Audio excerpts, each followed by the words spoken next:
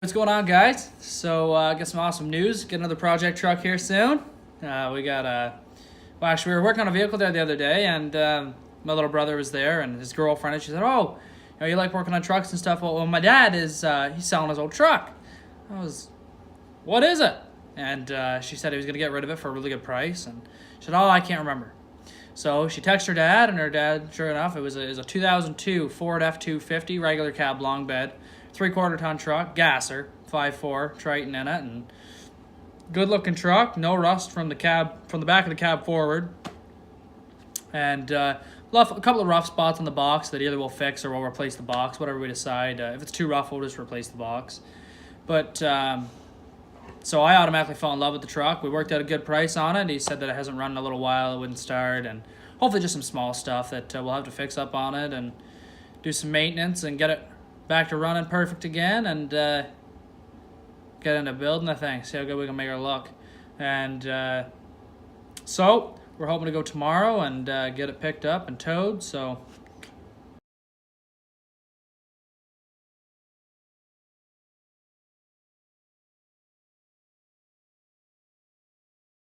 Ford F-250 back at our house now. Steve is here working on the starter because we have to get that pulled out before we can get it in our garage and start working on it. So it's 10 o'clock at night right now. freezing cold. Freezing cold and all this snow. We've been out here for a bit working. And as you can see, go right in there, the starter's a little mangled. Well, I guess the solenoid or relay, whatever they like to call it on these trucks. I wonder why we're not getting a connection. Any ideas, Pete? You're the boss. All right, we'll get this thing out of here, and hopefully we'll get a new one tomorrow, and get right back at her. And we'll take another video tomorrow. All right. All right.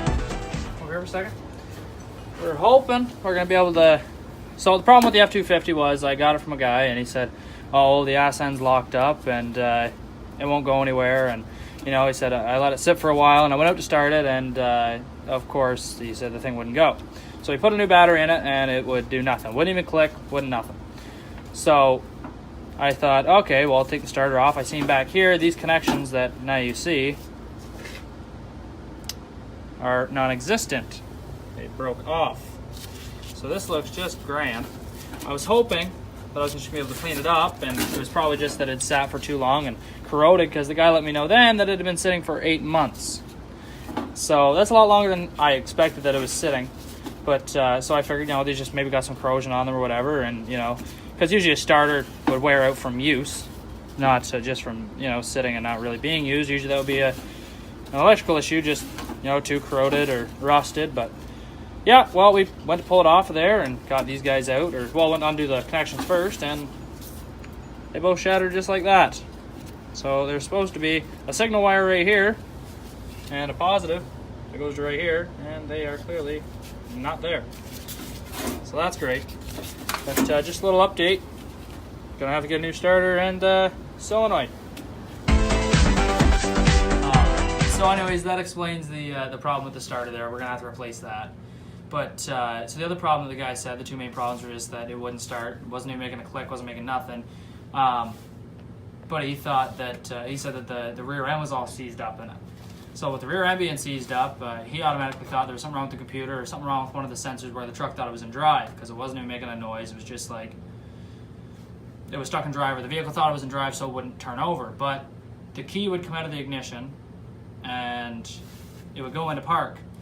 And I took a look down there, and obviously I tested it with a multimeter, and I was getting power to the starter. So clearly it wasn't a sensor or anything to do with the computer telling it not to start, because it was getting power to the starter. So clearly it was an issue there. So anyways, that explained the starter issue, but the rear end was still seized up. So I got a jack underneath there, and I jacked it up, and I was poking around a little bit and got looking around, and luckily enough I had found that the e-brake had seized down. So I pulled off the cables, and I have new ones to replace them with, and I tapped them a couple times with a hammer. They released, and rear end on seized, so we were able to get it up on the truck and get it back home. On a little road tour here to go pick up the new starter for the F-250, and hopefully she'll be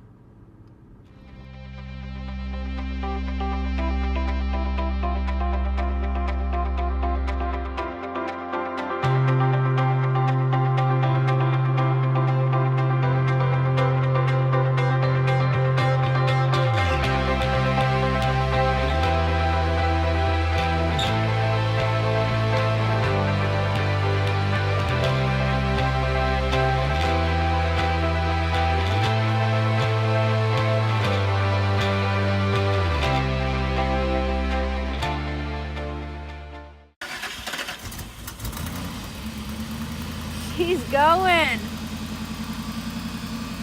Real little shot of the pedal. Still a start. And she's alive. So we got a hell of a start on the truck, but we'll keep you guys updated, and we'll take another video as soon as we get the new fuel pump and get it all installed and ready to go.